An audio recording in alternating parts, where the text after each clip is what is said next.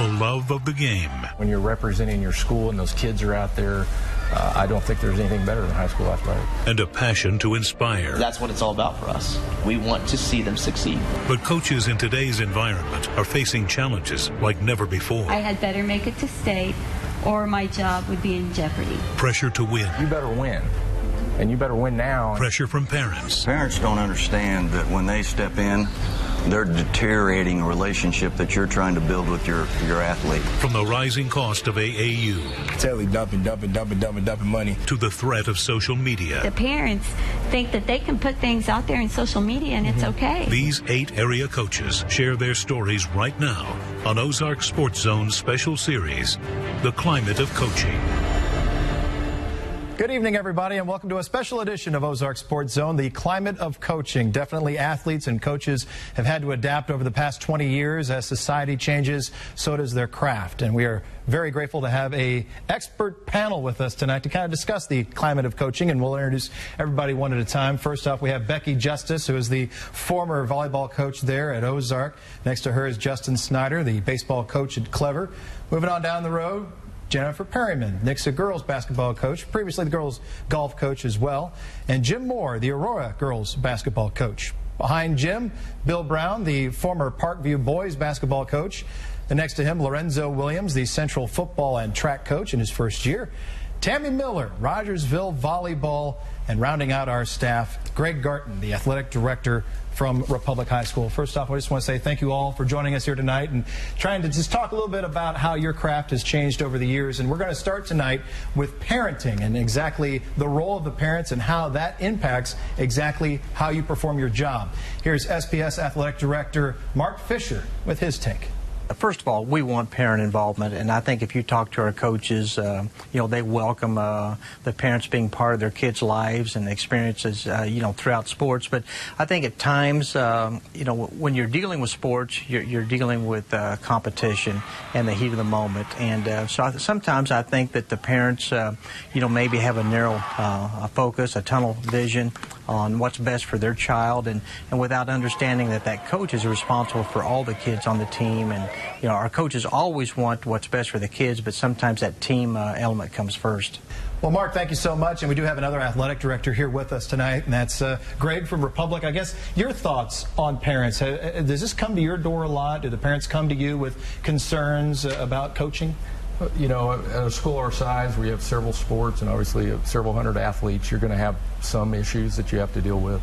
I think what we've tried to do at Republic is we now have mandatory parent meetings and parent education night for fall and winter and spring. And it's for each head coach, they must meet with their parents and kind of lay down their expectations and discuss the proper ways and protocol to meet and discuss if they have issues.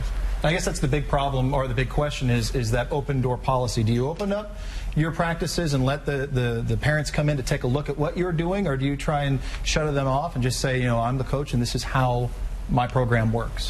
Parents need to let the kids do the talking and not the parents, because we're trying to teach them a lot of things, and growing up and being able to talk to an adult is really a big thing that we want them to learn to do. Has that changed maybe over the years, the parents listening or letting the child decide? It's always the talk is always about playing time, or if the kid's going to be eligible to play or whatever it is. So I always have the parents come in. They can sit in at any practice. Usually if your kid's not playing, it's because something they're doing in practice with me. So I tell the parents, hey, if your kid's practicing well, he's going to have a chance to play.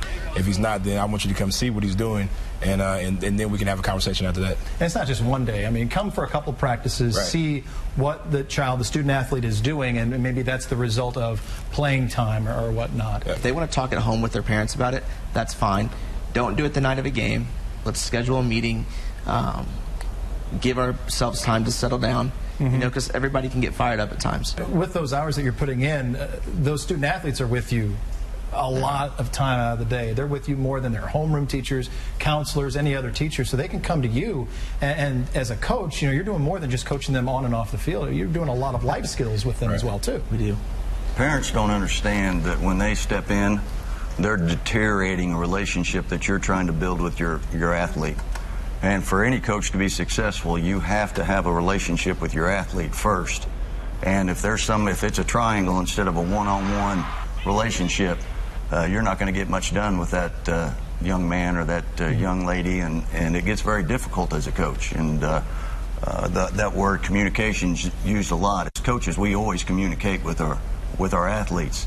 It's just how do your athletes communicate with their parents? Has that changed since your time of taking over as coach, maybe, when you were coming in? That's probably my biggest issue. Yeah. I didn't change with the times, not interested in changing with the times. I think as coaches, at one time, coach was a big thing. All people respected that word coach, just like they respected lawyer and nurse, because you were dealing with a lot of individuals and had a big impact on people. And I think the number one thing, more so than any winning, is trying to teach our kids discipline and understanding how to be successful, and the issues and problems that you have in practice or have in games are building blocks for the future, because we all know that most of our kids are not going to be college athletes, NBA athletes, or anything like that. And then Bill and Jim, you both are able to coach your own children. What is that like, the positives of that and maybe the negatives? Because I'm sure there's outside parents who are saying that your child maybe is getting special treatment. There's times whenever parents look at her and say, well, you're getting your playing time because of who your dad is. And that's, that's tough on both of us. If there is any kind of question on who the right player to play is, I've told her, I said, you have to understand the position I'm in. And it can't be a question. You have to be the best person for that spot, or else this other kid's probably going to get that opportunity. All right, touchy subject right here, real quick. Parents are also members of the school board. There's stories out there that school board members and parents can cost coaches jobs. Is that true? Absolutely. We have places around this area that are strong and protect their coaches, and then again we have some that are not going to be as strong and protect those coaches, and that changes coaching style as much as anything. And if you can be your own coach, right, that's one thing. But sometimes you're not able to be the coach you want to be, just due to the support that you may be receiving. Do any of you think that you have to win to keep your job? I mean, let's be serious. No, I'll be honest. In 2009, I had a little birdie come to my house and tell me that I had better make it that I had better make it to state, or my job would be in jeopardy. And we won state that year. And thank the good Lord,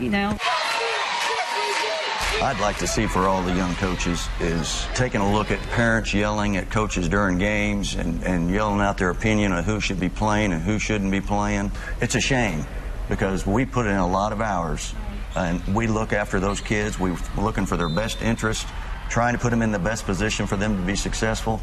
But we have no ability to defend ourselves, but we have to take that abuse. Our kids and our wives or husbands don't need to not want to come to a game, because a lot of times that's when our kids get to see us. Yeah. Because parents on the outside want to coach from the stands. I know for me, I'm my own worst critic. The pressure we put on ourselves, and how much we criticize ourselves, I don't think parents understand how seriously we take it as well, and that's why we're so invested, and that's why we do what we do. I think this perception, there's no doubt that winning has filtered down, whether it's kind of the professional attitude to the college attitude, it has filtered down to high school. That, you better win.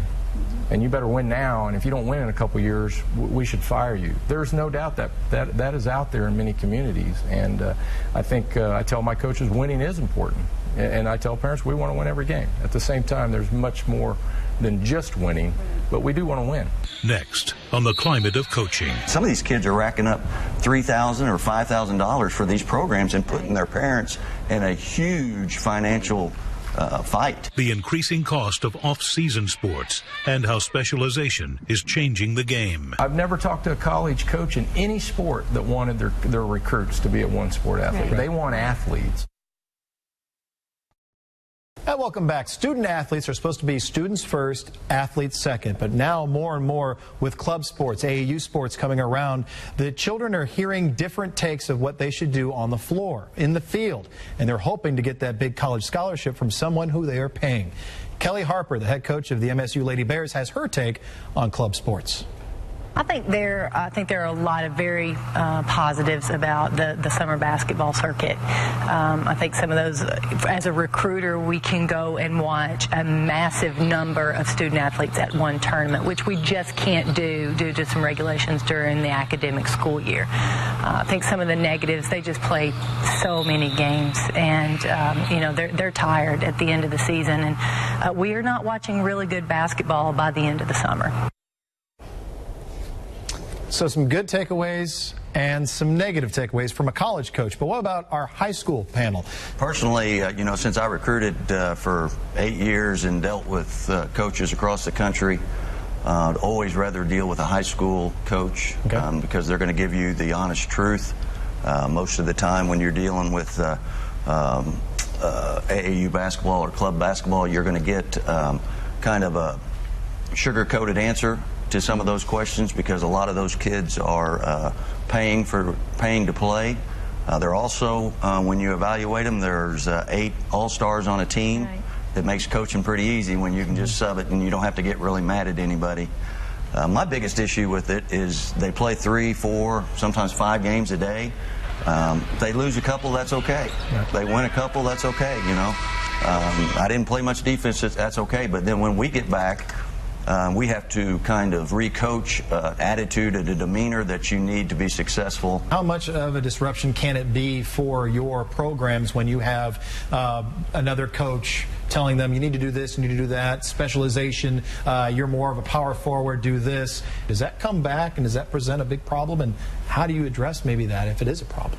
The thing that I have problems with this club is we finish, in volleyball, we finish at the end of October, the 1st of November, and then they immediately go into club. Right. And as a parent, too, when can kids be kids? Right. Then I also see that when some of my kids are being recruited, their first question is, what other sports do they play? Right. Yeah. How academically are they in class? How do they interact with other kids? Like Bill said, those coaches are getting paid. I'm a parent. I'm paying this coach whatever for $400, $500 a month for my kid to play on this AAU team. Well, why is my kid playing more during high school? Well, because they're really not that good, but you would never know that because this AAU coach is telling you your kid is like the next shining star, but they need to put more work in. They need to do more with me. Here's a couple more things I can provide for you if you pay me this much more money. So the parents is steadily dumping money, and they come back to the high school coach and they're like, hey man, you didn't learn anything over the summer. You didn't get any better. Or in my take, you haven't lifted weights one time all summer. How you expect? Well, my AAU coach told me don't lift weights because it messed my shot up. That kind of thing. So they kind of take it to a different level where I'm this kid's coach. I can get this kid to college. You can't do that. And they don't talk to kids about anything important. ACTs is like you can't go anywhere if your GPA is not good and your ACT is not taken. Right. And I got parents that'll tell me, well, my AAU coach hadn't told me anything about ACT. Well, they're not telling you the right things if they don't tell you about ACT. Right. So that's why I'm like, hey, do something in AAU that you don't do regularly. Like go in track, go in wrestling, go do something else. That way you can become a better athlete, you can get more competitive, and you can work on some different skills, you can see some different things, and then you come back, now you're hungry to get back in football, you're hungry to get back in basketball, that kind of thing. If you're not that upper echelon of athlete, right, I do believe it helps you if you're the upper echelon. If you're in the middle, it might help you sometimes, but more often than not, we are able to help them more than their coaches are. I think you'd ask coaches that the players are made in the off season. And that's when AAU is done. But in order to become a better player, you better be working on fundamentals, and you better be working on the things that you need to work on. And sometimes I don't think that that's happening with AAU. It's all about the win. They want to win. And Greg, I want to get to you because it's not all about just your baseball, basketball, football. Your daughter is dance, correct? Yes. Correct. How often is she out doing dance now, and is that a beneficial thing? Yeah, it's actually kind of similar. She did competitive dance, and actually in our prom squad at Republic's very good, and they practice a lot, and it got to where she couldn't really do both. Mm-hmm. But in all the sports, I see the positives in the club. I see them getting to play, in many cases, high level, get out, see the world, see how many great players there are in the world. I think a mistake some kids make is they do specialize in one sport. That's my favorite sport. I hope to get a scholarship.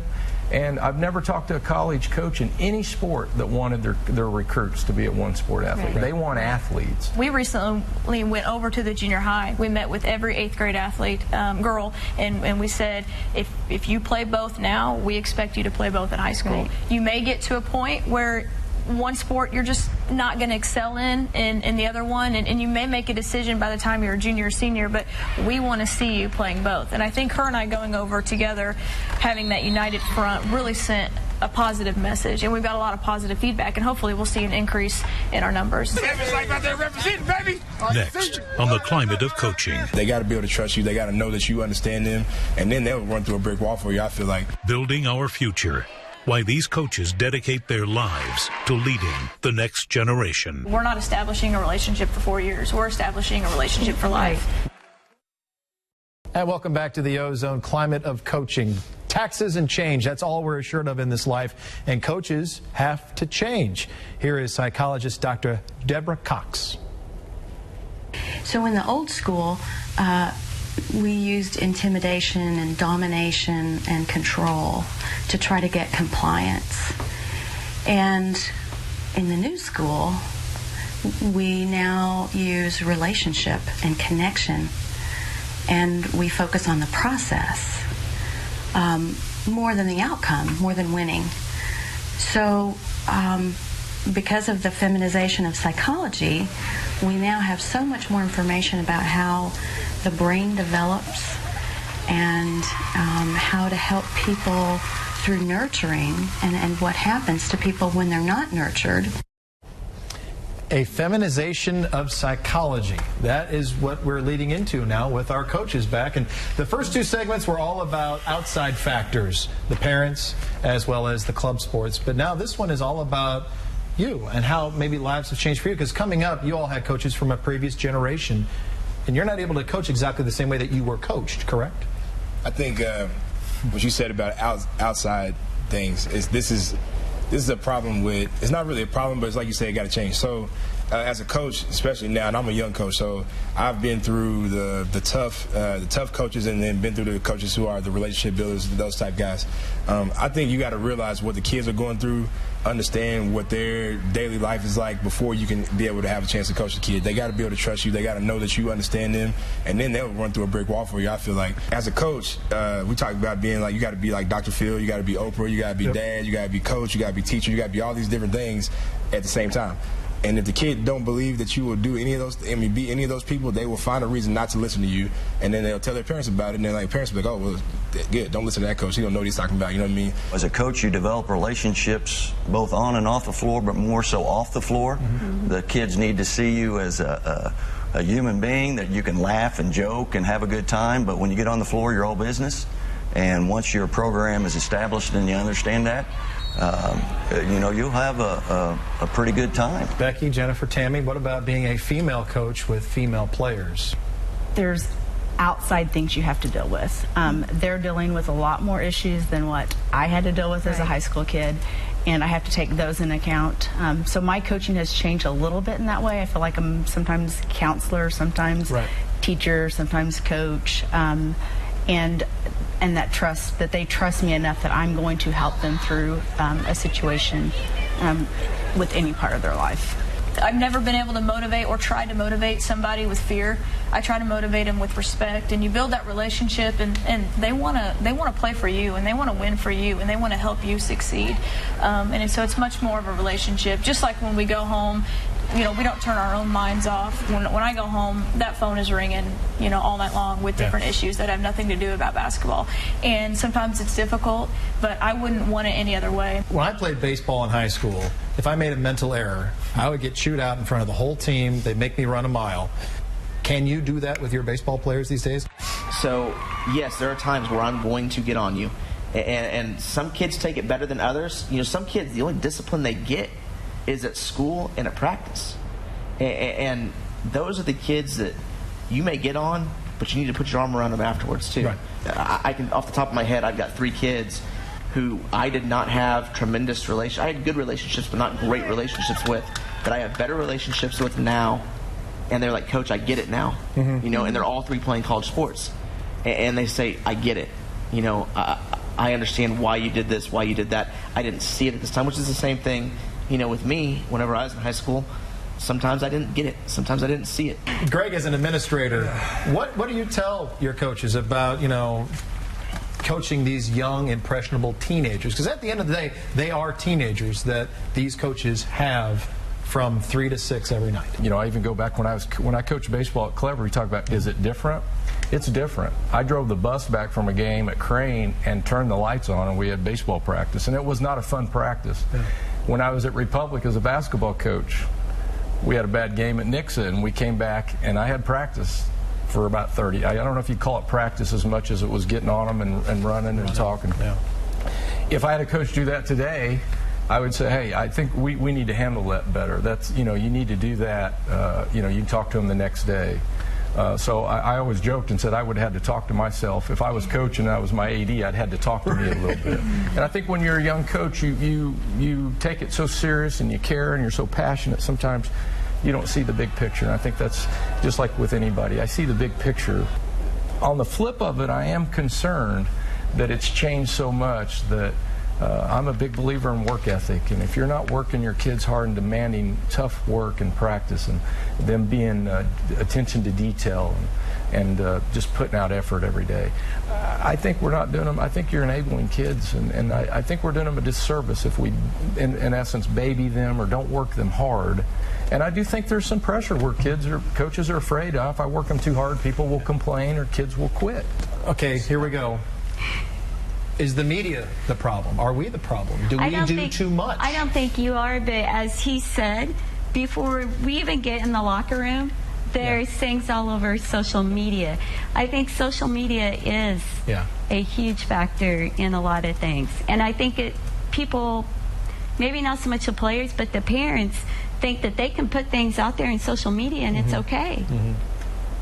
I don't know, just looking at it because every Friday night we're putting a lot of 17-year-olds and 18-year-olds on pedestals, and rightly so, because they do a wonderful job at the sports. They're representing their communities well, they're representing their schools well, but they're still getting that pedestal. They're getting put up there, and then maybe does that carry over that they deserve something, that they have the right to something, and then if a coach, if they go against something that you want, do they have maybe this feeling of, well, I'm invincible because I'm this good player? I think if you emphasize that team aspect, then the media will never become a problem. And that, in the way you saying it, because when you're on TV and you've done some good things, you've had a great game, you already know that, hey, I'm putting that out there for the team. My guys did a great job for me. Everybody around me was great. That's why I was able to be great, and that kind of thing. If you put in so many hours, so many years doing this, you have, sometimes you have parents, you have school boards, you have students, you have so many factors.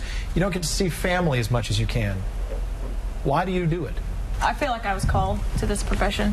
I have since I was about 17 years old. That's when I started. And there's nothing I would rather do, and there's probably nothing I'm good at. So, but I feel like this is what I am supposed to do, and I feel like that's why some of the doors have been opened. We want to see them succeed. If you want to play baseball, I'm going to provide you that opportunity. Try to help you get that opportunity. If you don't, where do you want to go and what do you want to do? And we're going to get you there. If I've got to try to help you or find somebody to help you, that's what we want to do. We want to provide opportunities for kids. We've talked about some of the most rewarding experiences that I've ever had is getting a letter or getting a text message or getting a phone call from kids I've coached 17, 18 years ago that I actually did change or make a difference in their lives. Hey, you got 2 quarters, championship game. It's a lot of fun. Let's go get it. That one thing, you forget about all the other stuff, and it keeps you bringing you back day in and day out, and that's why I do it. I can't imagine myself doing anything else. And when you're representing your school and those kids are out there, I don't think there's anything better than high school athletics. Coaches, thanks a lot for your time. We do appreciate it here on the Climate of Coaching, and we'll put a wrap on this week's show after the break. And welcome back. Thanks to our high school coaching panel for coming in tonight. Now, are all parents disruptive? No. Are all club coaches undisciplined? Absolutely not. On tonight's show, we discussed the hurdles that can hurt a high school coach from doing their job effectively and to the best of their ability. A common thread in our conversation tonight, communication. As long as communication is happening with open minds on both sides, it seems like the student athletes will benefit most. And that's what they are here for, laying a solid foundation for young men and women. If they don't make it to the pros someday, at least these high school coaches hope they can instill some values and confidence when these students become adults. And finally tonight, it's time for the Simmons Bank O-Zone Pick of the Week. These are the 5 best photos from the week that was, placed online for you to vote for. And congratulations goes out to this young man right here. Fairgrove's Ryan Burks hitting the ball, driving it to center field. Thanks to your votes, he will receive a free-framed photo thanks to Simmons Bank and Ozark Sports Zone. A new show comes your way next week at 11:30.